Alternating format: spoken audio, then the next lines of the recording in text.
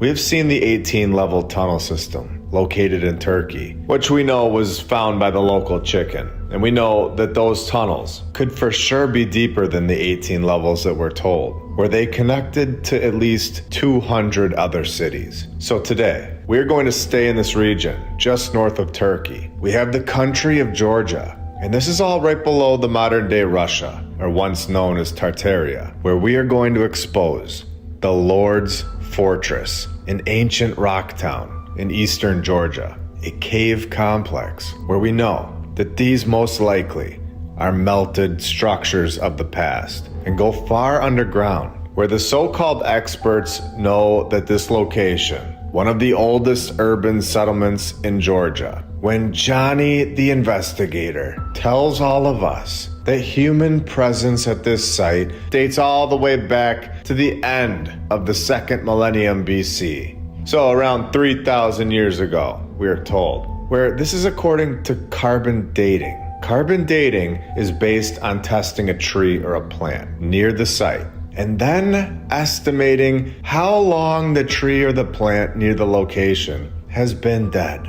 So telling us when people lived somewhere based on a dead bush is complete nonsense. They cannot test the actual stone. They have to find a dead organism that was once living and then make an estimate about the site. This is not proof, and we know this now. Take a look at this place. It is very clearly melted. It looks like a random hill and really makes you wonder what all these so-called hills really were, or still are. And this place really is incredible, where the middle part is largest and contains a bulk of rock-cut structures and is connected to the southern part via a narrow rock-cut pass and a tunnel, where we just showed that this kind of thing was really easy, according to the Florida State genius. All they needed was a shovel, just carving rock tunnels for miles. Very easy 3,000 years ago, where they were not distracted by their video games or cable TV.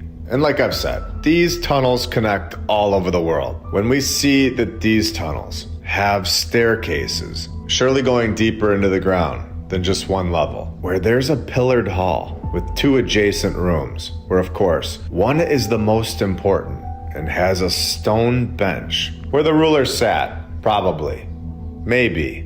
Well, the mainstream literally has no idea. And we know this, and they've obviously already been there. Groups that we have discussed, they're always taking care of our favorite locations, all around the world. And we are also told that archaeological excavations have discovered numerous artifacts from different periods, including gold, silver, and bronze jewelry, and other things, where we've shown that griffins guarded the gold, and now they are gone. Where many of the artifacts, so not all of them, many of the artifacts are kept safe.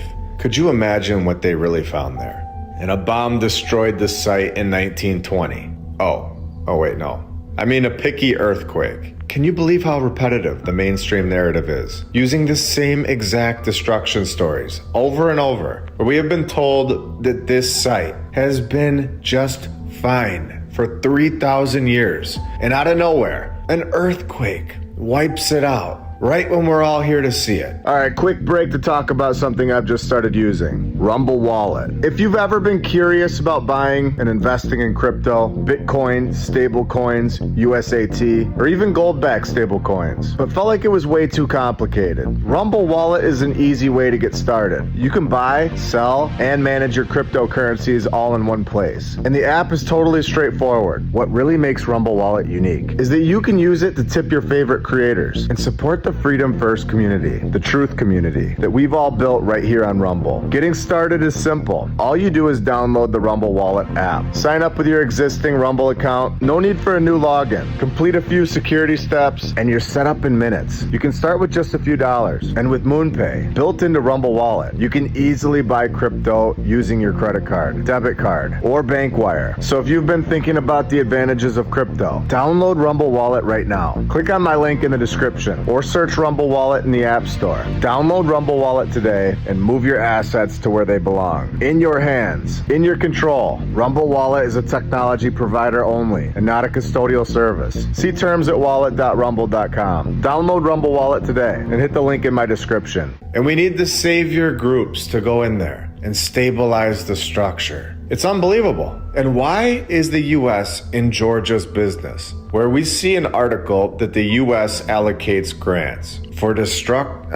restoration of the Uplistsikhe cave town, where that article is deleted. So we're gonna use our resources here and bring it back to life. I wish they would have just brainwashed me with these incredible places. I would have been so much happier. So let's check this website out and see what's so important about it. We're the project to go help a rock site that has been there for thousands of years, just fine, without our help. Costed the U.S. taxpayer $200,000 to just monitor the territory of the ancient stone town. And we get confirmation, yet again, that they believe this place has been doing just fine for 3,000 years. Until that 1920s earthquake, of course. What are the odds we all finally get here and can verify information? And out of nowhere, it gets its first attacking earthquake. And it's very interesting that we are shown that in 1920, the earthquake hit the Gori region, which we can see right here, is west of this site that we are talking about. In fact, it's 5 miles west. This earthquake in 1920 did not even hit this location. So in my opinion, of course, something else happened to this site. Check these pictures out. This was clearly an old world palace, above and below the ground. I'm very interested to hear your thoughts. After everything that we've shown in this region, do you think that these tunnel systems go under all of this land that we can see right here in the pictures, where this was all supposedly built by the people that don't make any money? And I'm not going to say that word again, as we've had an issue with it on one of the platforms. We are told that the people that weren't given any money in exchange for their efforts were given a pickaxe. They give us these children's stories over and over, and we just believed it for years. Where this time the pickaxes were supposedly covered in iron, and the other half covered with gold. Where once the people that worked for free, once they wore out that iron, they would earn their freedom and get a date with the princess, all given to us by Walt Disney and his friends. So can you believe this? Time and time again we see this, where the main part was unearthed, or in regular English terms, they just found it in 1956, and then yet again tell us all about its history from thousands of years ago. They just found it in 1956. So right in the middle of wine press and a bread bakery, they sneak the tunnels right into the sentence. It's amazing. Again, they know, supposedly, that this location's first downfall started from the 1st century. And in the late medieval period, this site was fully abandoned. Could you imagine waking up today, having a cup of coffee, and telling everybody about a site that was just found in 1956? Telling everybody all about what happened thousands of years ago. I'm sorry, but that sounds like someone that I don't trust at all. Someone that knows all about 3,000 years ago. Yeah, right. Nobody knows what happened 3,000 years ago at this location. We can only piece together what we see, and we can clearly see that there was a civilization here before us that held technology to create massive tunnel systems all over the world, multiple floors deep. And this is not done with a shovel or a pickaxe, like they keep telling us. Nobody that was born in 1985 knows exactly what happened between the 10th century BC until the first unification of the Kingdom of Georgia in the 5th century. These narratives are complete nonsense and based on zero factual evidence, or saying that more earthquakes took place, ruining 2/3 of the caves, damaging the halls that were used for sheltering cows. We already know that there weren't multiple earthquakes in this location. We proved this to be a lie. And in 1283 and 1088, who the heck had their notebook out, documenting earthquakes in this town? who was designated as the earthquake bookkeeper, just sitting around waiting for their moment?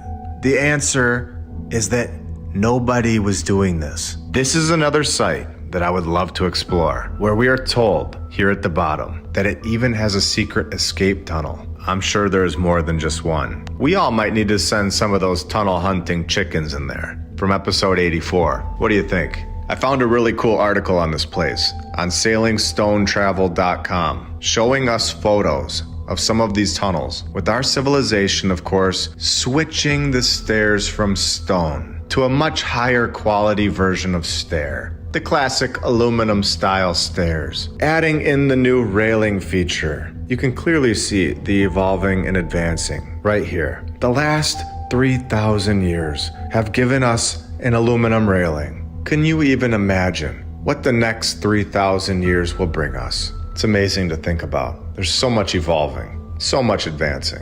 So this guy thinks that creating massive tunnel systems 3,000 years ago must have taken an especially long time to carve out from the solid rock, where we all know, thanks to the experts at Florida State University, that this is very easy. All thanks to shovelsandspoons.com and people that don't make any money for their work. Check this place out. This arch is totally melted. This is not carved like this, and this is not done with a shovel or a pickaxe. They are smooth edges. They didn't sand it down. And you can also see that the inside had detailed stonework that looks like it's been washed away. So remember when we were all told that Debunking in Turkey had thousands of miles of tunnels that connected to 200 cities? Well, only 556 miles away is this location that we are all exploring today. If you could remove the layer of dirt that we all stand on, I bet you would see that there are massive subterranean networks connecting all of these incredible sites all over the world that the previous civilization constructed. And in my opinion, after everything that we have seen to this point, I believe that this took place within the last few hundred years. A mass event took place that reset it all and destroyed the previous civilization's work. The tunnel systems from the previous civilization are so incredible. And don't forget that we were told that these are from 3,000 years ago, located in Georgia. Well, right next to Georgia, we have Azerbaijan, yet another location right next to Turkey, right next to Georgia, that holds massive tunnel systems, where we are told that the experts are trying to bring a 3,000-year-old underground aqueduct technology to the modern world. Yet again, we are told, built with picks and shovels, where the ancient system is made up of a network of underground canals, some 200 meters below the desert's surface, with a series of well-like vertical shafts, just like we saw in Turkey. All over the world, we are shown these networks, and now we are told that massive tunnel systems hide right under the deserts. Can you even imagine what is really below all the sand? It's been a while since we've investigated my personal favorite location for the old world research, a place that by just being there will put you right back into the old world instantly. And that place is Budapest, where we have Buda Castle, where they have broken the rooms of this palace into 6 different things, including a national gallery, a historical museum, and a library. A palace library in Budapest, where we know this isn't the only library in Budapest, where they also have the Metropolitan Urban Library, located right down the road, housing Budapest's largest public collection of books, over 1.1 million volumes. And Budapest must like their books, since we also have the Americana Public Library of Budapest. And we've seen this one before, which is right next to the Parliament building. Have you ever seen a library like this in your life? Do any of our towns have any future plans to knock any libraries out that look anything like this in the upcoming months? No. So these libraries are all right next to each other. Let's go back to the first one, within the walls of Buda Castle. And this is very interesting. When they do the same thing that we've seen all over the world, and they name it something else. If you're just reading through this very quickly, they act like this thing was built in 1802, and they try to trip people up with the constant name-changing game. When we know this isn't true, we know that it wasn't originally a library. We know that this is a part of Buda Castle, where Buda Castle, we are told, and according to their story, was built between 1247 and 1265, 777 years ago. Not even close to this 1802 date. And they have these dates down. Everything is documented. No mistakes were ever made because these 1200s people were just hard workers. They weren't distracted, and they were just very dedicated to their craft. They worked by candlelight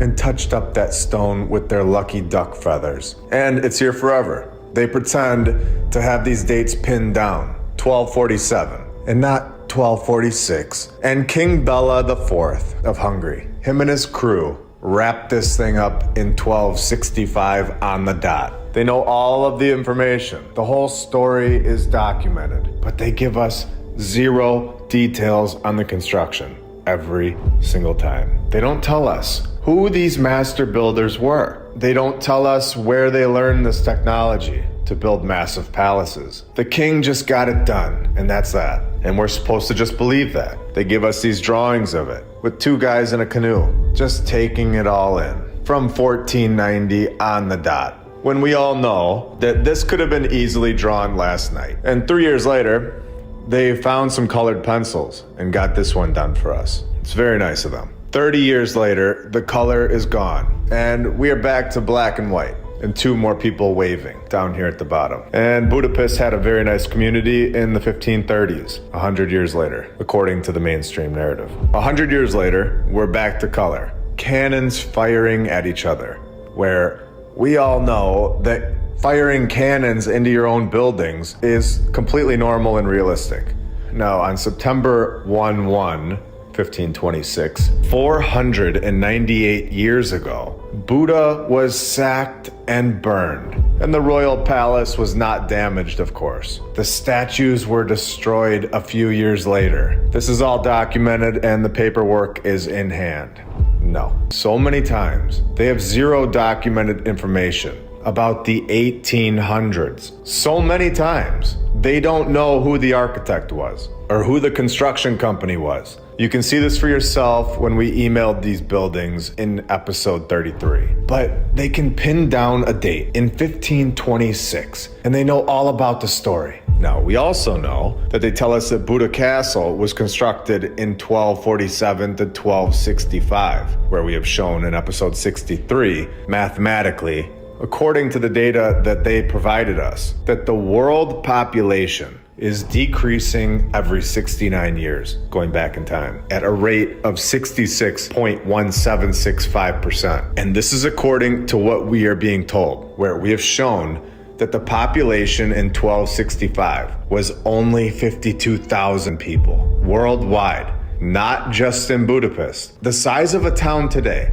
was the size of the world population in the year that they're telling us that they knocked out a palace that lasts forever. Now, we all know that this was constructed by a very powerful, very intelligent civilization, and the population worldwide definitely took a massive hit at some point before the 1700s, where humans, I believe, repopulate back to billions of people relatively fast. I think the real population chart looks much different than what we're shown. I think that there are many times that the population worldwide is in the billions. Based on what they're telling us, you can look at this chart for yourself, showing that basically nobody was even here in the 1200s, according to the mainstream narrative. This shows that nobody could build massive palaces with no power tools, zero equipment, no training processes. The 25 people that lived in Budapest, their only edge against our civilization today was having a little better work ethic. And that's not working anymore. These charts are nonsense. They show how fast humans truly do recreate to the population that we're at today, which is why they are able to reset the population so often, in my opinion, using the same ridiculous narratives over and over for the exact same buildings, using the same technology that was here before, and just pretending like it's all brand new. Where this place that we live is much different than we're being told. Where everything is reused. Everything is given back to us. Everything is one big cycle. Everything. The years go from January to December. Every year. Seasons, days, technology, and civilizations. Everything is one big cycle. Everything. So the last time we looked into Budapest, we saw this courtyard where they have this library, and it's right next to the Parliament building that we have talked about. It also has the Chocolate Museum and so much more, where today I want to show you all why Budapest is my #1 location worldwide. And it's because nearly every single building is a palace. If there's one place in the world I would want to visit, this is it. And I would love to go inside these buildings and see if there's basements and see if these basements had tunnels, windows, and doors that lead to dirt. I wouldn't be shocked at all. We see this kind of stuff in the USA, so seeing it in Budapest, I'm sure these tunnels would be incredible. I wouldn't be shocked at all if these buildings are bigger than we can see under the ground. So here we have another museum where they have taken the true meaning of this building right off the front. Where this gets interesting. They tell us that the past 150 years of this building's history have been largely determined by a struggle to maintain its facilities and keep its collection safe. Struggling to keep its collection safe? From who? Is there a reason that Budapest is still filled with palaces and the rest of the world has had thousands of fires in individual buildings that we have located, thousands of buildings destroyed in so-called great fires, carpet bombed in wars, like we have seen in Dresden, Germany, where in my opinion, every single one of these major cities worldwide looked like Budapest. Budapest has survived all of these things, the great fires, the wars, and the rest. Is there something protecting this location? It's very interesting. And remember, this is the location that Nikola Tesla went and worked in 1881, where he was the chief electrician, and then went to the USA and had all of these incredible inventions. Now, were they inventions, or did he learn a few things while over in Budapest? Now, we have seen the exact same narrative before, where we go back to our Balboa Park episodes, where they say that they moved from building to building over and over and over, before finally settling on a palace. And it lasts forever and looks like it was built by the gods. We are told that they moved into its first home in 1892. 1 year later, inadequate conditions forced them to move again into an apartment building. 1898, their permanent location was born. Well, no, because 1906 they moved again to the Millennial Exhibition's empty Hall of Industry. But in 1924, storm damage, of course, prompted yet another relocation over to a school building, where 5 years later they reopened, using 30 schoolrooms, until 1975 rolls around and they get the Palace of Justice building. So they just throw all of these locations into the story to distract us all from the point. And the point is that this is a palace, and we want to know the true history of the building. We don't care about this random group that is occupying the palace. At least not today, we don't. It's literally throwing a bunch of nonsense out there and hoping we give up by the time we get to the end of the story. That has nothing to do with what we want to know. The good thing is we found the building and we have gotten through the nonsense. The Palace of Justice was designed by Elias Hausmann, and we're definitely going to get back to this guy later in the episode. In 1891, knocking this building out in 3 years in the 1800s, before the power tool was invented. In 1895, where it has a lobby with marble columns and an impressive staircase. And this is just your everyday museum in Budapest. If you want to feel like you're back in the previous civilization, All you gotta do is go to Budapest. It is by far the most incredible place that I've seen to this point. And I honestly don't think that we've even covered 1% of it, where they also tell us that this building is under renovation.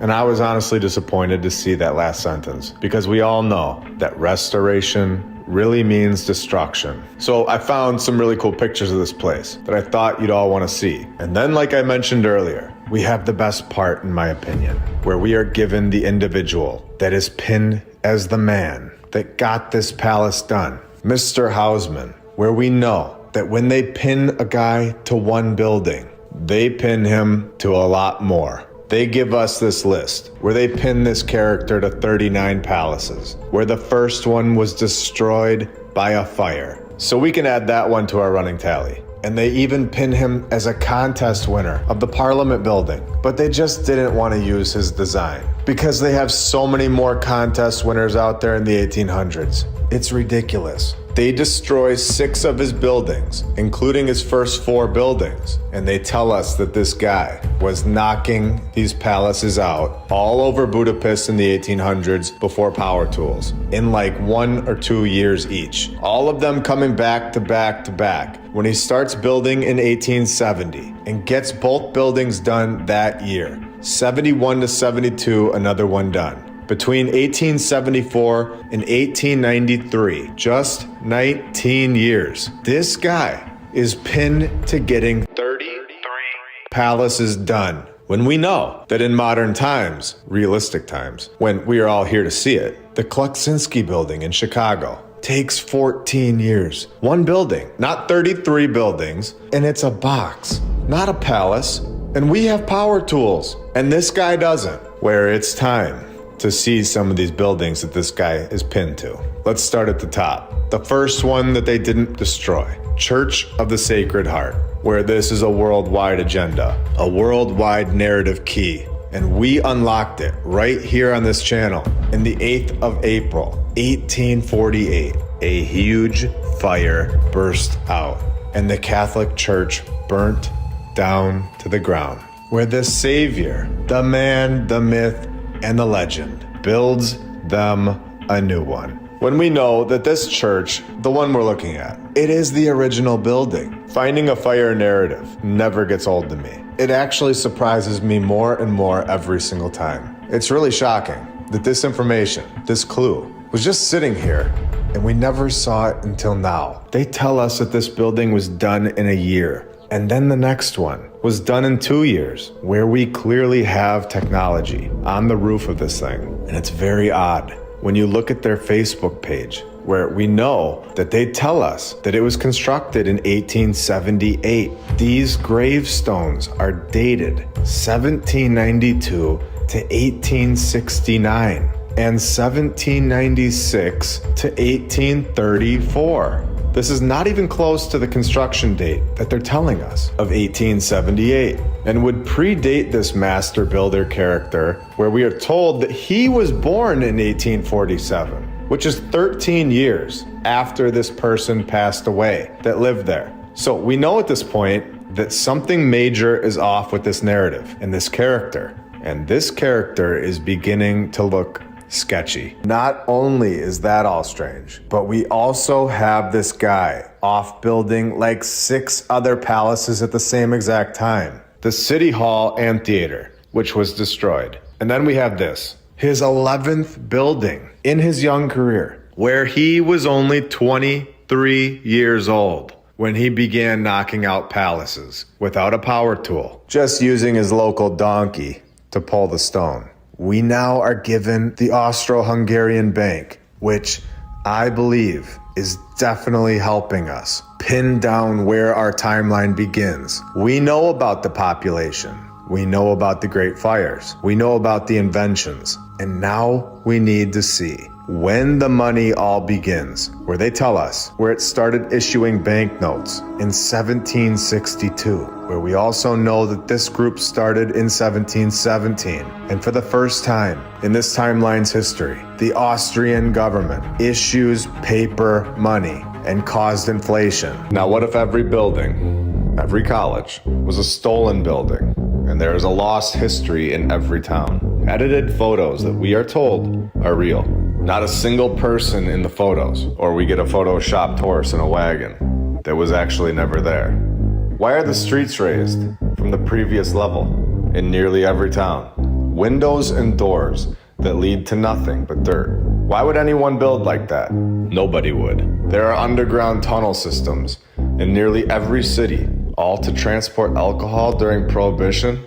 Come on, that's not good enough. Were these incredible buildings actually built together at the same time and not built individually, connected, and the builders were aware that the mud flood was on the way? A massive catastrophic event, whether it was done by the controllers or if this place that we live resets itself on its own, like clockwork. Was this common knowledge of the previous civilization? Who are we to say? The tunnels are here, and this is undeniable. So something happened, and this previous civilization definitely knew that something was coming. And it definitely wasn't to smuggle liquor for your friend's birthday party. The average person wasn't digging tunnels. This was a major operation. Is there a world under our feet that we're unaware of? Buried by mud and dirt? Sure, New York and Chicago and the major cities have tunnel systems, and we know this. But where it gets crazy is that it isn't just the major cities. It's even in cities such as Oshkosh, Wisconsin. These tunnels underground have been used for many things back in the day. Back in the day? No, we aren't just brushing this one off anymore with the back in the day stuff. It goes on to say, one of those things was running liquor back and forth from building to building. So even in Oshkosh, Wisconsin, the buildings are connected underground with zero construction photos of anyone ever connecting a building to another one. Are you seeing the lie even clearer now? Should we go even deeper? Here we go. Now I mentioned Oshkosh in episode 40, and we went there and saw that they have griffins on the top of their building. Now we know this town also has a tunnel system that connects all the buildings together. So when I was showing how the windows are all below the current ground level, this is what I'm talking about. There is a tunnel system. These buildings are so much bigger than we can see. And how deep are these tunnels? What is down there? And you know something crazy is going on in Oshkosh, Wisconsin when you have massive military contracts awarded to Oshkosh Defense. On December 16th, 2022, Oshkosh Defense LLC announced that the U.S. Army placed a $543 million order. So this is a town that is funded by higher powers, and they're taken care of. We are always told to trace the money, right? A massive military corporation providing aid to the Army, Marines, Air Force, and Navy. Who is really in charge of this town, setting up these kind of operations and massive contracts? So we have tunnels, massive military contracts, griffins on the buildings, pillars and columns everywhere. This place is just unbelievable. And there is a book called Oshkosh Down Under. And look at this stuff. We have photos of the entrance to the tunnel from the old Mercy Medical Hospital. Tunnels in the 1800s? Not only were they building above ground, but also below? This is insane and opens up so many more doors for us. Here we have the tunnel from the hotel to the Opera House. And there's even a sign saying tunnel to the courthouse. Remember, these tunnels connect all of the buildings, not just one. There is a massive tunnel system right below the sidewalk. So when you go back and watch episode 40, remember that there are now proven tunnels below where I was standing. This is crazy stuff. And so we're clear, these tunnels were found and repurposed by our current civilization, in my opinion. This book states that they used the tunnels to transport prisoners from the jail to the courthouse, which they no longer do. But this is not what it was originally used for, of course. Here we have a photo of the entrance to the tunnel from the county safety building, taken by the city of Oshkosh. So these tunnels were no secret. It's incredible. Now in 1944, we have a witness that states she was working for Gateway Valley Wholesale Liquor, located next to a private garage. She left for lunch one day and saw an area that was going down into the hotel. And this opened up into a tunnel, leading underneath the alley and into the hotel. She says that she remembers seeing glass cubicles that brought light down into the tunnel, by using the sun, of course. And to prove her story to be true, there is a map below from the Sanborn Fire Insurance Map of 1903. So they had to report their map to the insurance company. And the map shows that there are in fact tunnels under the hotel. So when I was showing you all the windows that were at the current ground level in episode 40, and also the exact same thing most likely going on in ancient Champagne, episode 36, in my opinion, I think that all of these tunnels in all of these cities and towns lead to a central point. And I think that this point is where the Freemasons set up their lodge. I think the lodge is the central point of all the tunnels. But that's just where my opinion stands at the moment, based on all of my research. The police were the ones enforcing the prohibition. These tunnels lead from the courthouse to the jail, and all the places that were enforcing the prohibition, including the courthouse, and many other places, but my point is, this wasn't designed to smuggle alcohol by gangsters and bootleggers. You wouldn't design your tunnel to go right to the jail, or the courthouse, or the police station. These tunnels were used for a much different reason for the previous civilization. And how deep do these things go? Are there more that we don't know about? Are there buildings completely covered by the dirt that we can't see? We have the Ybor tunnels located in Tampa, Florida. There is no doubt that tunnels do exist under Ybor City, but their purpose is highly debated.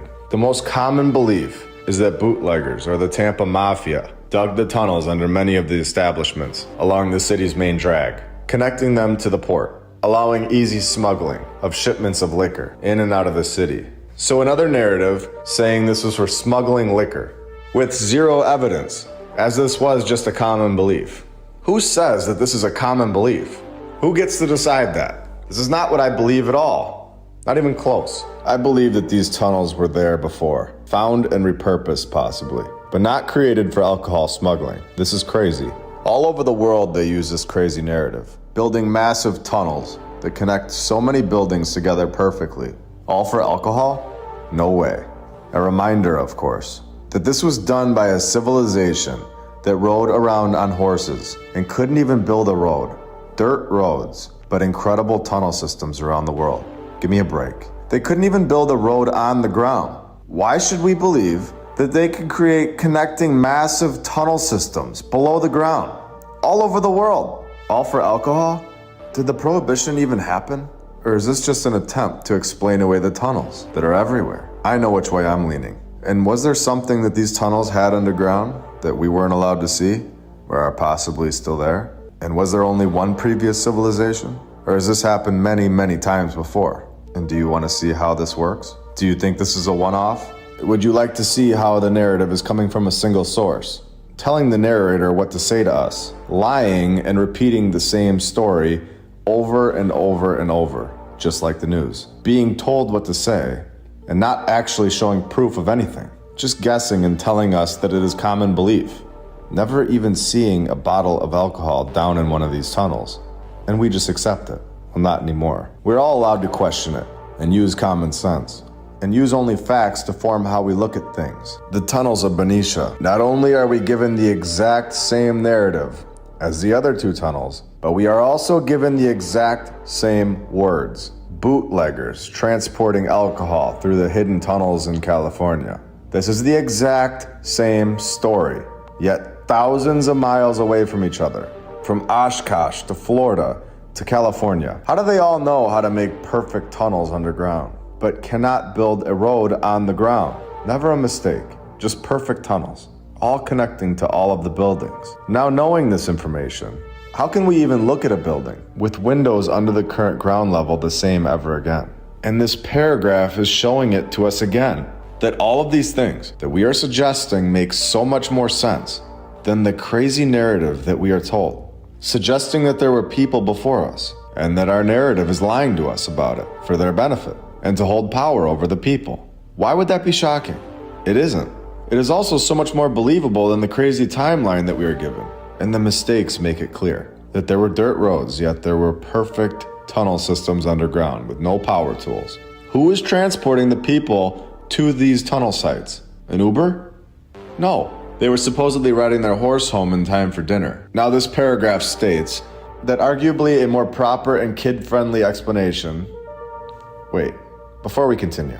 They again don't know why these tunnels are here and just making things up. Okay, here we go. Some mysterious people that we don't know who they are say that the tunnels were originally created as an escape route for the town's elites. Believers of this theory claim that there was a tunnel entry point at the Capitol building, connecting to the clock tower and surrounding buildings. The underground route would allow for the city's elites to safely escape militaristic threats. Now, this tunnel system is supposedly connecting all the old world buildings together, exactly like we have shown in the other cities. My question is, what in the world is underground? And how big are these buildings? I definitely don't think that the dirt is just hiding some tunnels. These old world buildings that look insane above ground must have unbelievable stuff underground that we cannot see. How big is the Cologne Cathedral?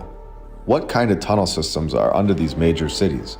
It's incredible stuff. The door is now wide open for us to go even deeper, literally and figuratively. If we're able to get our hands on technology that can see underground, one day, this could be bigger than we ever imagined. Oh, and we're not done yet, because I'm not leaving evidence on the table. We have the Bavarian tunnel system, where we are told, and I quote, that there were 3 separate tunnels connected to at least 4 different buildings at the Bavarian brewery. More alcohol and more tunnels and more buildings. And even more uncertainty from the narrator. The north entrance was reportedly in the boiler house, but it may have been in the engine room structure, which was converted to a bottling department after Prohibition. So it might have been, but we really don't know what we're talking about, because we found these tunnels and we're clearly lying. Let's scroll down and take a look at this together. And keep in mind what words they are using. They don't know how these tunnels got here. What they write is a complete lie in my opinion. Here we go. They also illustrate that tunnel T3 had been bricked up by 1950. Wait, what? They bricked the tunnel up? I wonder what they didn't want us to see in 1950. And this was probably done sometime during Prohibition, but of course they aren't sure. And we are supposed to just accept that. There would have been staircases in both of these buildings providing access to the tunnel. And it is believed, but totally unsure again, in the exact same paragraph, there is so much guessing and uncertainty. But it is believed that tunnel T2 was used beginning in 1907, possibly until the brewery was closed in 1966. Possibly. So they are unsure about all of this. They don't know anything. They are trying their best to explain away massive tunnel systems that were here in the 1800s, that do not fit into the narrative, that connect massive buildings together during a time period that people supposedly had candlelight. Do we all understand how hard it would be to dig out all of this dirt and form massive tunnel systems? The dirt would have to go somewhere. Do you think nobody would notice this dirt? And this would take so long that surely somebody would notice the dirt sitting there eventually. They didn't have dump trucks that could take the dirt away in a day. Surely somewhere in the world where these tunnels were being built, some authority figure would have some questions. Like, what are you guys doing over there? With massive amounts of dirt piling up and thousands of pounds of limestone for the walls. The narrative sounds so insane and a joke, because it is. And I'm so thankful that we are on the other side of this narrative now, not just blindly accepting it because we're told to.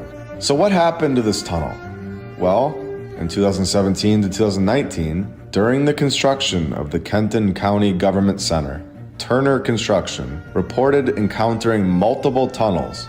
So there were even more tunnels than we're told about.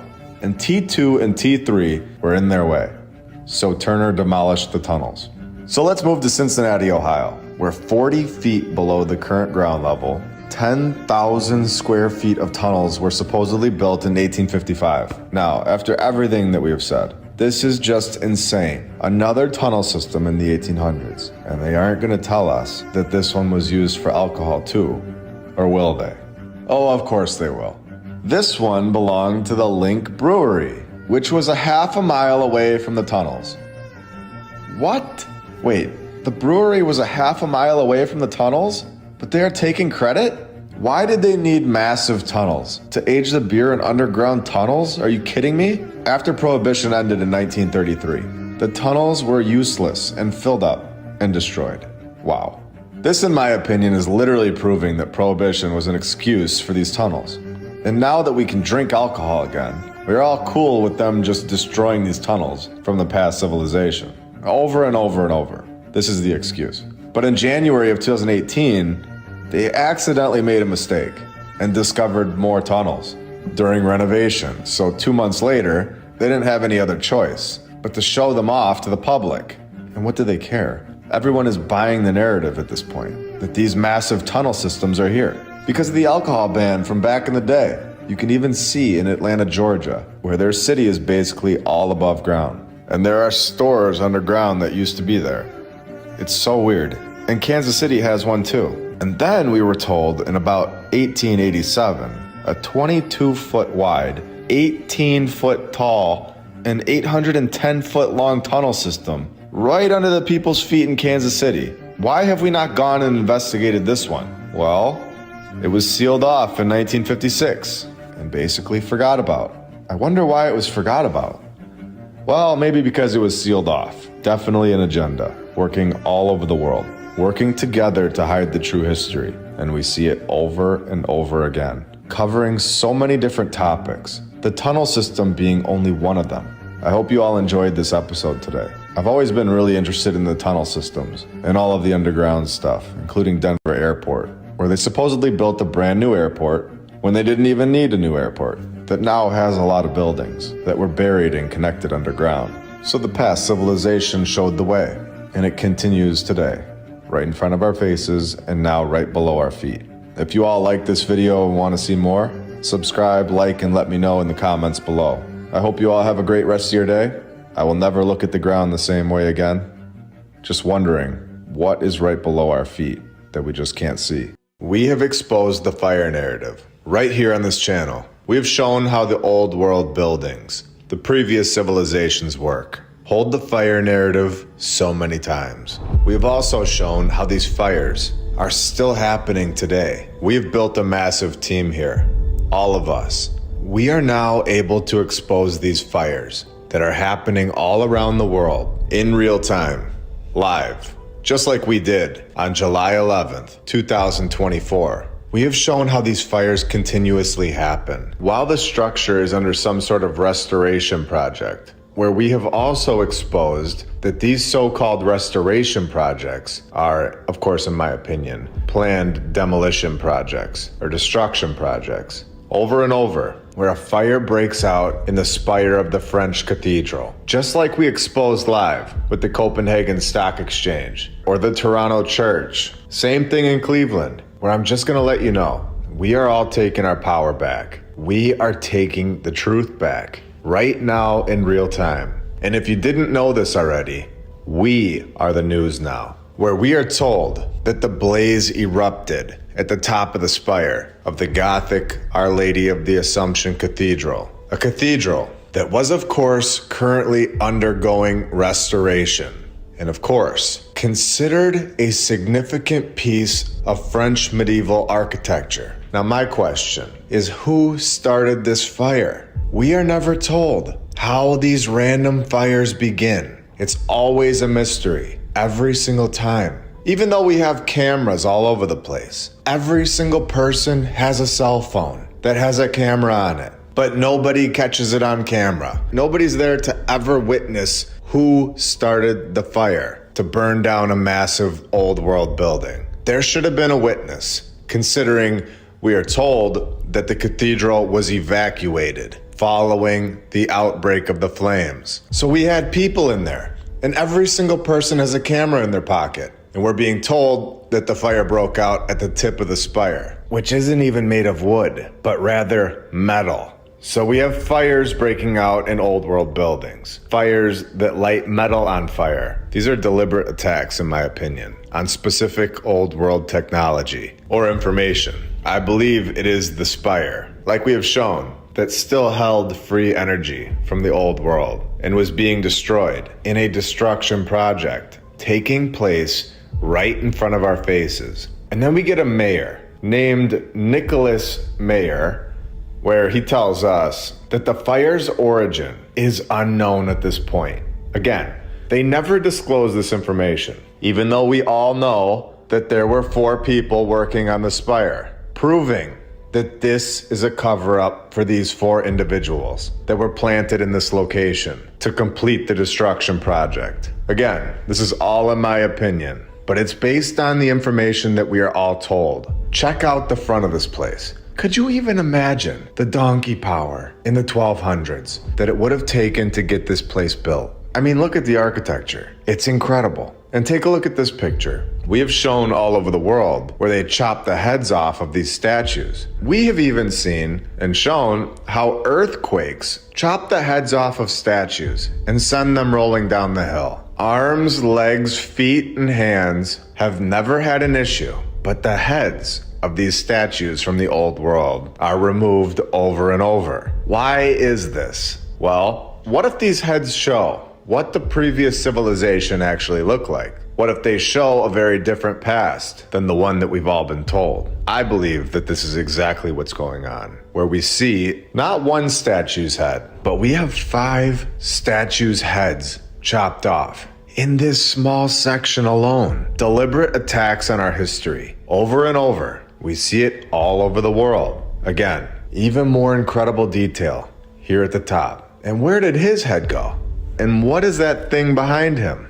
Could you even imagine one of these being constructed today? The structures that we were building in the 17 and 1800s do not line up with the mainstream narrative at all, where James Buchanan, the 15th president of the United States, was born in a shack. And he wasn't the only one. That the very next president was Abe Lincoln, who was also born in a shed, where it looks like his didn't even get color or steps to the front door. And I know both of them did not have a bathroom. They had to go outside for that. So let's remember, this is what's going on in the 17 and 1800s. This is where people were living. And then we go to this church's narrative. And after everything that we have seen, this should open some eyes. When the first church is believed to have been underneath the present cathedral. But we are, of course, not told, where we know here and have shown many times, what is underneath most of these old churches. Again, we are told multiple churches on the same site, which is another repeating narrative. Now, this narrative is taking us back to the year 395. 395 on the dot, where they built a large basilica. And it was, of course, supposedly built on the same exact site, where they waited 360 years to do anything. And then in the year 755, they construct several courtyards and buildings around the church, including a palace for the archbishop. All in the year 755. They were just busy constructing palaces. This is what we are told. And then they give us this ridiculous story that Vikings raided the place and damaged the cathedral, where this was documented in the Donkeys Inc. archives, a weekly magazine written by Feather Under Moonlight, just running around chasing that local duck to get his feathers, just so they could write it all down. This information that we read today, about the year 395, exactly 1,500 years before the power tool. This story is nonsense, telling us that they enlarged the cathedral in the year 650. They got a special guest in 769 with poetry night on Tuesdays. Now, a much more realistic narrative is that there was a previous civilization here, humans, that held incredible technology. Everything that we have today, and so much more. A civilization that was constructing massive tunnel systems, going down 18 levels under our feet, and most likely more. A civilization that created palaces, matching their level of knowledge. The way that the mainstream narrative brushes things off without any evidence is ridiculous at this point. Acting like we should just believe that 200 years ago, people were primitive, riding around by donkey, dirt roads everywhere, presidents born in shacks with porta potties outside.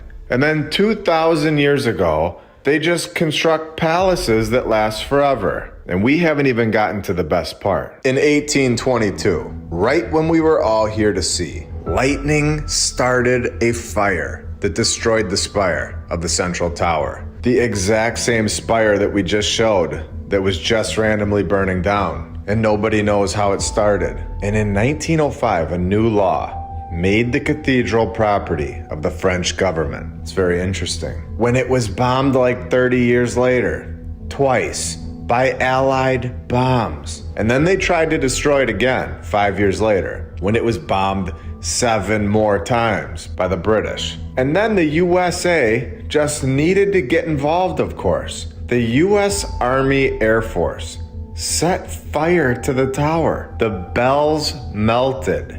Very interesting. If you'd like me to cover the old world bells in the future, let me know. So this place is just fine until our civilization starts back up and they start going up there and melting bells and bombing the old world's work over and over. And then of course we know what they found underneath the church.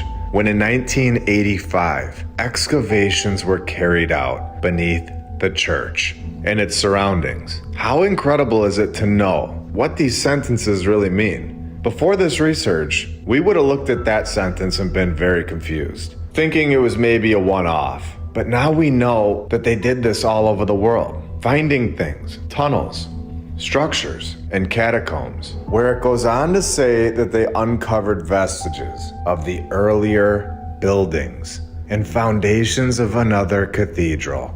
And we all know that they found so much more. Possibly networks of tunnels, multiple floors, connecting all of the old world buildings in the area, and maybe even more. Underground living spaces, underground structures, catacombs, technology, gold, and so much more. And then of course, we have the fire right here from July 11th, 2024. Attacks, in my opinion, of the old world's work. Structures and buildings, sites that were meant for us, in my opinion. Places that were given to us that have since been taken over and destroyed by a group that seems to want to hide the past from us. A group that seems like they're on a strange mission that is fully focused on them gaining more and more control while giving us less and less. Who knows if that's true, but it sure looks like it is, if I'm being honest. I'm not sure if you've seen it, but it feels like the movie The Lion King, where everything was great where they lived, with Mufasa in charge. The grass was green, they had peace, and then Scar took over, and the place just goes down the drain. A little season. Is this what the movie The Lion King is really telling us? Who knows? But after everything that we know, it doesn't seem too far off. And now they have our little doorway cut into the doors. Doors are constructed proportionate to the size of the individual using it. And I want to show you the inside of this place. The ceiling is incredible. Remember, there's never a mistake in the 795s. They were perfect every time, withstanding bombs, fires, and the rest. So check this out. Here's the cathedral that we've been talking about today. And look right behind it. We have 2 more. This one on the left is currently undergoing its own destruction project, as we can see right here. Here it is without all the scaffolding around it. This is the Abbey Church, finding this place in 750. And this third church, right here on the right, finished in 1521. No issues in the construction. A masterpiece from the 14 and 1500s. And this one was the replacement, if you can believe it. We have Master Robin and an incredible area here in France. Honestly, it's terrible that these fires keep happening all over the world to these incredible structures. And nobody's ever held accountable for lighting them on fire. And they don't even tell us what company is in charge of these supposed restoration projects. Who is being hired to do these restoration projects? Here we are in Texas, more specifically, 414 St. Joseph Street, Gonzales, Texas. And why are we here? Well, they have the Gonzales County Courthouse. And in my opinion, the narrative is lying. Are we all ready? Here we go.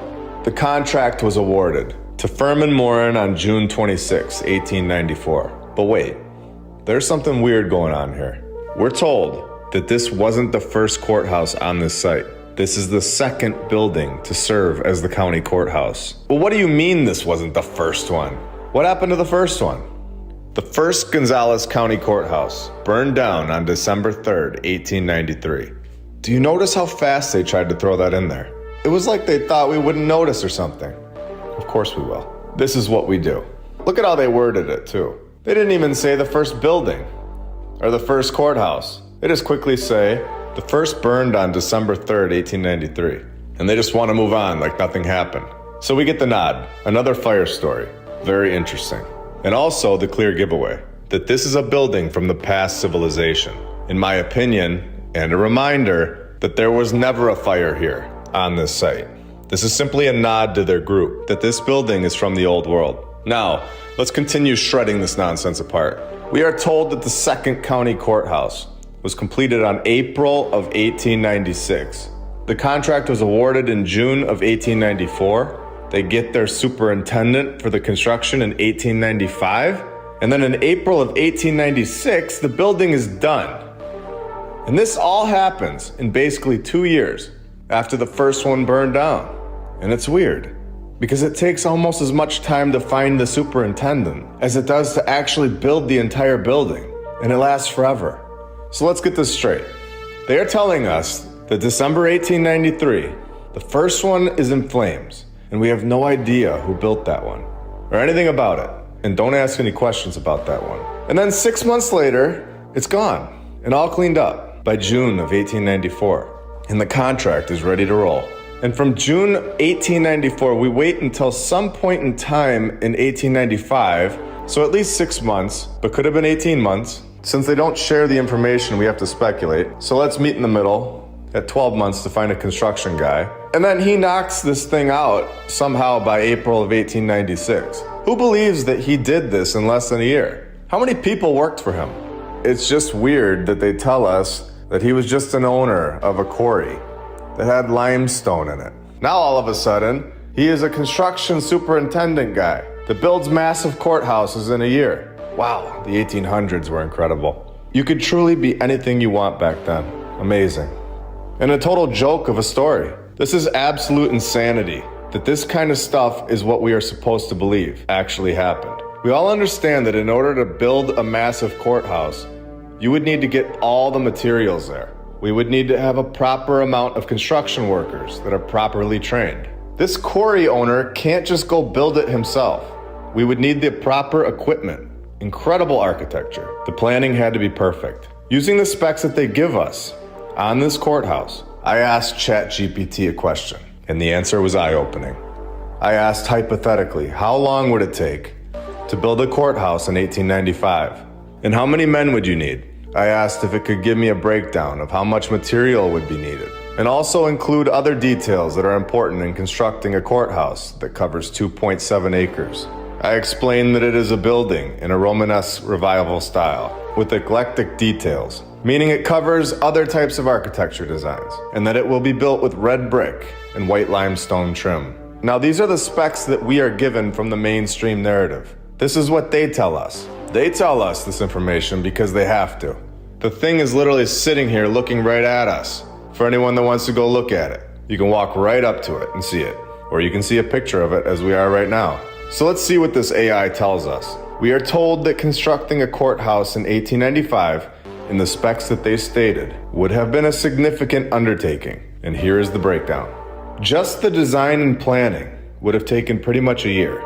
Just because it's 1895, you still need permits and approvals. This happened in 1895. This isn't cavemen days, where you just get to build massive buildings and not tell anyone about it. So the fact that they're ignoring this part of the story over and over is crazy. This would have taken another couple months. So then we move on to the materials. We are told that the amount of red brick needed would depend on the design and size of the courthouse. Courthouses that cover 2.7 acres could use hundreds of thousands to millions of bricks. This is an unbelievable amount of material just for bricks alone. The process in getting these materials to the site is not easy. So then the white limestone trim. 100,000 cubic feet of limestone. The wood for interior elements, including flooring, stairs, and doors. A substantial amount of wood would be required. Then we will need steel and glass, and not just any glass. They have to be perfect for windows, in the Romanesque revival style. Now, of course, the best part, in my opinion, because they don't even mention any people that help this quarry owner guy. The labor, the number of workers needed would vary, but constructing such a massive courthouse might require hundreds of laborers. Hundreds? And not a mention of one in this story? And this isn't even to build it in a year. This is just saying to build it in a respectable timeline. So to build it in a year, there had to be way more than hundreds of workers like we're told. Amazing. Okay, you would need bricklayers, carpenters, masons. Oh, did I say that? Steelworkers, and general laborers. When we are told that slaves and prisoners built these places in a year, just remember this and ask yourself if you think this is true or not. Now we have the construction time. Given the scale and complexity, construction could take several years, perhaps 3 to 5 years. The Romanesque revival style, with its ornate details, would require careful craftsmanship, which takes time. So these workers had to have been trained and been good at it, especially finishing it in a year. This is insane. How were these workers not world-renowned? Wouldn't there be statues of them? They probably could have made the statues themselves in their backyards in a couple of days, since they were so good at it. And now, of course, we have the ridiculous part of the transportation. Transporting materials to the construction site. And before we get into this, I want to mention this, that they don't mention this in the story. And I think they don't on purpose, because it is so insane. Here we go. Transporting materials to the construction site would require horses, wagons, and likely a nearby source of limestone. Okay, so the horses and wagons moved the 100,000 cubic feet of limestone from the quarry. What a joke. Now they will need tools, of course. You can't do this without tools. So here's the tools and equipment section. Tools of the time would include hammers, chisels, saws, cranes, and various other hand tools. Just hammering and chiseling away in 1895 to 1896 with their horses and wagons. The fact that they tell us these buildings go up all over the world in a year is such a lie, in my opinion.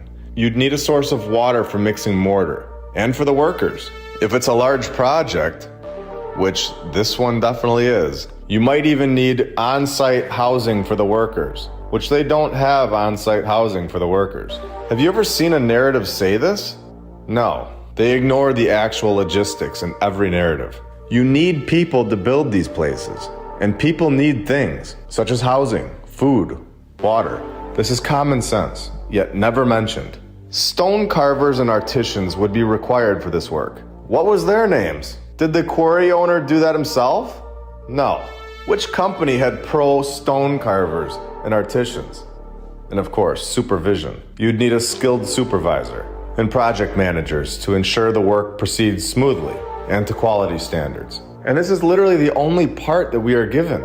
The only part we are given is the person that should be watching over all of the things that actually have to happen.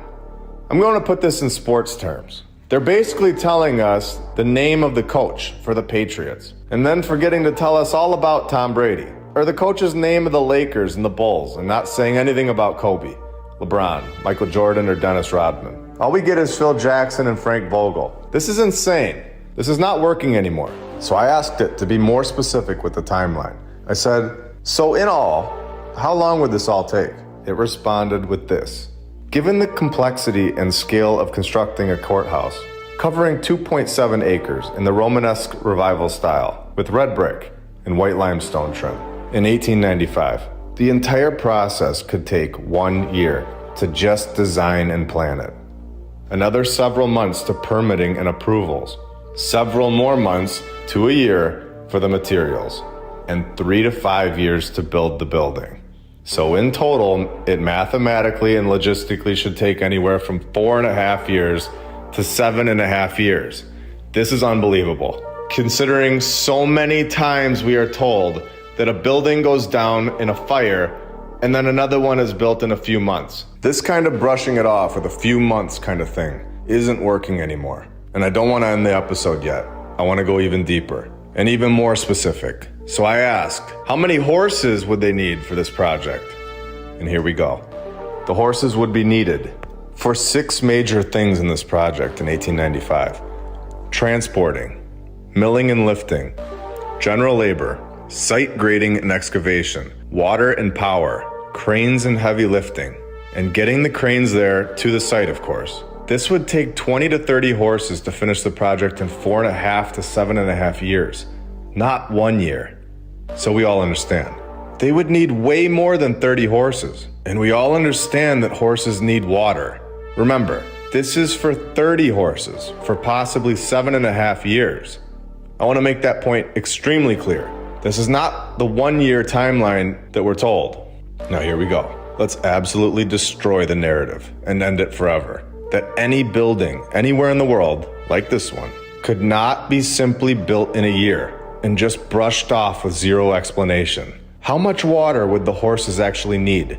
This is a key point that cannot be ignored, like it is in the mainstream narrative. A typical horse would drink anywhere from 5 to 15 gallons of water per day for a project like this.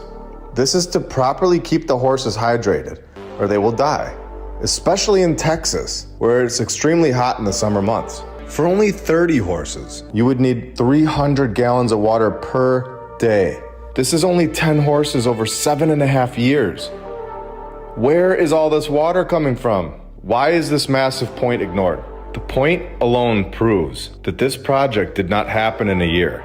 This is such a horrible slip up for the narrative. And it is the most important part of the logistic project that needs to be taken care of. Without the water supply for the main transportation for the project, none of this happens anywhere in the world in the 1800s. From this point on, a narrative that tells us that they built a building in a year in the 1800s without explaining the massive supply of water for the horses should be looked at as a lie. Incredible. This is a major failure by the narrator, a massive flaw that now opens the floodgates. This narrative is not possible. Did they think that we would never question this? And now we know that this type of construction is not even close to possible. We are waking up to the nonsense. We are educating each other, building a group of people that are not just accepting lies and actually questioning. We are looking into things, and the more we look, the easier it gets. The more answers we find, and the more truth comes through. And the more that we know, the harder and harder it is to lie to us. Once you know the truth, like I always say, you don't go back to not knowing. You are now awake, and you will take this information with you and apply it to the next story, where they will tell you that a building was built in a year by a quarry owner that never built anything before and never again in his entire life. Do you remember when in episode 36, we went and saw the 132-foot tall Tower Castle, the Alt Guild Hall, located on the campus of the University of Illinois, Urbana-Champaign, a castle that was constructed in less than a year, over 125 years ago, which we documented that this construction timeline is logistically impossible, especially in that time period. We also know that the building is going through a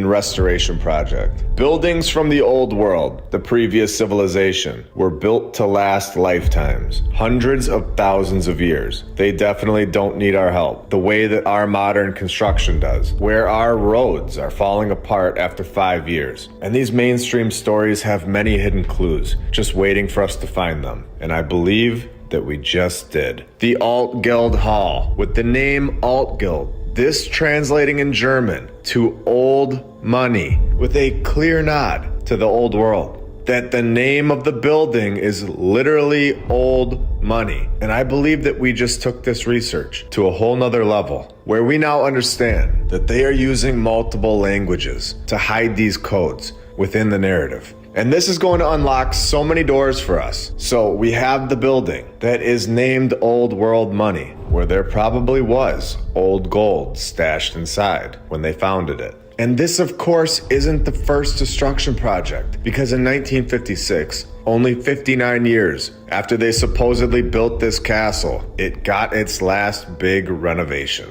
A big renovation, 59 years after it was built. I wonder what they removed from this castle that they did not want us to see in 1956. And this is when we read the title of the article, proving that we are correct, that there are things in these buildings that are hidden to us, that they are destroying with these renovation projects, where most of the public don't fully understand what's inside or outside of these buildings. That's just not revealed to us. These structures were not built in 1 year by the horse and wagon community. These structures expose the old world, a civilization that was so advanced that it would blow our minds. And they weren't here thousands of years ago. In my opinion, they were here only a few hundred years ago. And all of their buildings, their castles, all of their work is left behind for us to see. And of course, we're not allowed to go inside the old money hall and be a part of these revealings of the intricate decor and gold leafs. A gold leaf? Old money? Old gold? A hidden project? What did they find? that triggered a renovation project. Revealing gold leafs, I think we know. And we're just getting started. If I ever find any new information, like we did today with the Old Money Hall, about any other buildings that we've covered, I'm definitely gonna share it with everyone here. Now, for anyone that watches darts, you're gonna know this building very well. The Alexandra Palace, or the Ali Pali. It is home to the World Darts Championship since 2008. If you've seen my first 56 episodes, you'll know that we've just located yet another old world building. The Alexandra Palace was built by John Johnson, another reoccurring AI-generated name, and Alfred Meeson, where it opened in 1873, but following a fire. 16 days after it opened. 16 days after it opened? Really? This is incredible, the amount of fire narratives, because we all know at this point, and have covered the Crystal Palace, that they just threw into this story, connecting the two buildings, saying that North London's counterpart to the Crystal Palace. And we know here that the Crystal Palace also burned down in a fire.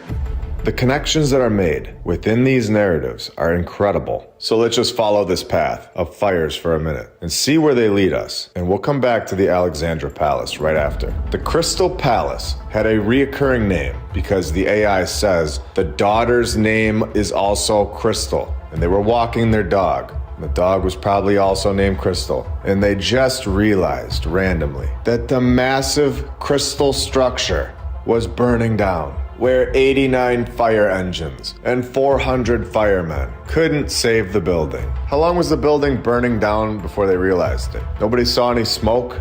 Crystal and her dog were the only ones to realize it. So she walks her dog, finds the burning down Crystal Palace. And the true cause of the fire will forever be a mystery, where we are also told another clear lie, where 100,000 people came to watch the blaze. They told us that within a few hours, the fire was done and the palace was destroyed. So in a matter of a few hours, 100,000 people just hopped up out of bed in 1936, and they ran right over there in the middle of the night to go watch this fire. And this is clearly an AI-generated story, when it just throws another fire in the exact same paragraph for fun. In 1866, when the North Transept burnt down and didn't have proper insurance coverage from Geico to rebuild the building. No. This was from the old world, and our civilization today cannot rebuild it, especially in 1866. We still do have a ton of structures from the old world, like the York Cathedral, also located in the North Transept, where they tell us that construction began over 1,397 years ago. Well, actually, they tell us they found it, but the booming 627s. Can you believe that this is what we're being told? The year 627. Are you kidding me? And we're supposed to believe this. A time before paper. There were no phones. There were no power tools for another 1,268 years. Zero training needed, nothing. We are supposed to believe that they had nothing, but they had it covered. And they were master builders at the exact same time. We are told that there's no electricity, zero modern plumbing. All of these things were unnecessary in the 627s. But being able to construct massive cathedrals, that was just embedded in their DNA. Over 1,400 years later, today, we have classes that go into great detail, supposedly, learning architecture skills from the very best teachers of our time period. I don't see anybody constructing this type of structure for everybody to see, but yet they did this so many times, all over the world. And guess what? All of their work is still here for us to see. Could you imagine the buildings, the structures that were here before we were born, that have been destroyed by now? Just look at the size of the doorways. Everything was just massive and over the top to our civilization. But completely normal to the old world. And of course, in the year 741, they know all about this building. But 1,000 years later, as we've shown, that they have no idea who constructed anything. They don't tell us any details about the construction process, how many men, where the materials come from, none of that. But here we go. 741, not 742, 741 on the dot. The church was destroyed by a fire. So we get the nod. And how did we not see the fires before? This is insane, the amount of fires. How can every single one of these old world buildings hold a fire narrative and nobody noticed it until now? These fires are insane, and a very clear pattern that this narrative was just sitting here waiting for us to find it. Egbert's librarian got to work. He started the reconstruction, and thankfully, Ian Bald was there to take over and wrap this palace up, no problem. I couldn't be more thankful that we know the truth, that these stories are just that, they're stories. It is so much more fun knowing the truth. Understanding that no librarian just sits around waiting for a fire to then knock out palaces 1,400 years ago. Understanding that no damage took place in 1069. And what we see today is the original building. And there were no Thomases of the 1070s getting the repairs done in less than 5 years, for it then to be destroyed yet again. 5 years after that, getting rebuilt again, with perfection of course, very easily,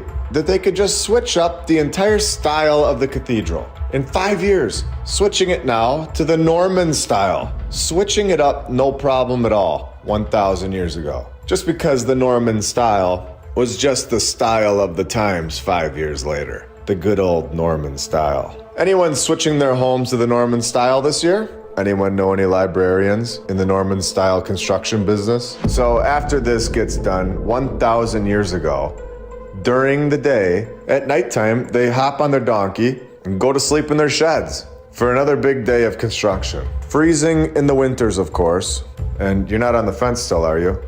I'll keep going. Where the new Norman style cathedral was damaged by fire in 1137. But don't worry, the 1100s had it covered because it was soon repaired. All remodeled in 1154. And this is all fully documented, of course? No. And there were many witnesses? No. Lots of evidence of all of these fires and reconstruction projects? There's none. But just trust them. They know what really happened, and you don't. Yeah, it's not working anymore. A new one was built, all in the Norman style, with ease 900 years ago. When in 1390, the Norman style goes out of style and needs to be demolished because they could be very picky in the 1300s. This was not up to their standards. Time for a new style. 15 years later, in 1405, fully documented of course, no, this thing was all done and wrapped up with a brand new high altar. 2 years later, the central tower collapses, but don't worry. 13 years later, 1420, the tower is back in business. Oh my, you gotta be joking. In 1829, an arson attack, and in 1840, an accidental fire. And in 1984, York Minster suffered a serious fire in its south transept during the early morning hours, where they made the decision to deliberately collapse the roof of the south transept by pouring tens of thousands of gallons of water onto it. We get this very in-depth story in 1984 because we were all here to see it, and it actually happened. Remember, a fire is a great way to destroy the old world. There's nobody to blame, and they get to collect the insurance check at the exact same time. But the fires before the 1900s, in my opinion, they are nods. They never happened. They are simply throwing it into the narrative to show the hidden group which buildings are from the previous civilization. So for the fire that we actually saw in 1984, they have this incredible narrative and documented accounts with people putting the fire out and all of it. But for all of the other fires, there was nothing. It just burned down, and boom, it's back to normal. No problem over and over. Switching styles if they wanted to, which isn't logical at all. And of course, they have no idea what caused the massive fire. With these ridiculous stats, 80% chance it was caused by lightning. There's a 10% chance it was caused by yet another mysterious arson. But they got away without anyone knowing. And another 10% chance it was caused by an electrical fault, with a 100% chance that they know the truth and are lying. And can we just say one thing before we move on? How many times did we see the name Thomas and William in this story? I mean, I get it. It's a popular name in the 1000s. It was a trendy name back then, but come on. After what we've seen, not only do we get the AI fires, but we also get the reoccurring names. We get Thomas of Bayeux, Thomas Fairfax, Thomas Becket, then we get William the Conqueror of the 1066s. The drawing of the building by William Martin, the brother of the arsonist, which at this point is just rubbing it in our faces. And to top it off, I think this paragraph should be changed from shrines to Williams. Because are we talking about shrines or are we talking about Williams? With William Fitzherbert, St. William of York, which is perhaps associated with St. William's College, we get William de Wickwayne and William Markham.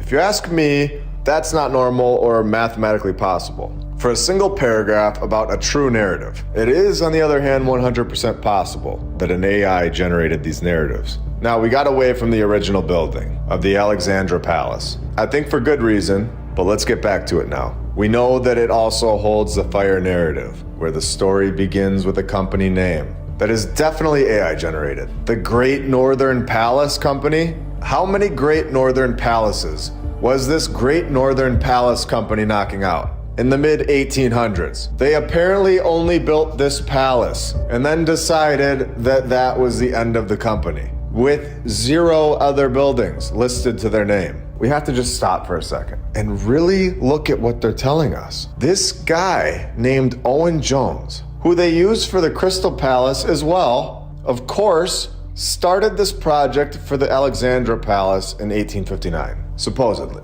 A year after that, this Great North Palace Company just comes out of nowhere. And we are told that the Palace Construction Company couldn't get the funds to build their first and only palace. Construction materials were acquired and recycled from the large 1862 International Exhibition Building. So they took all the pieces from this massive building that they just didn't want anymore.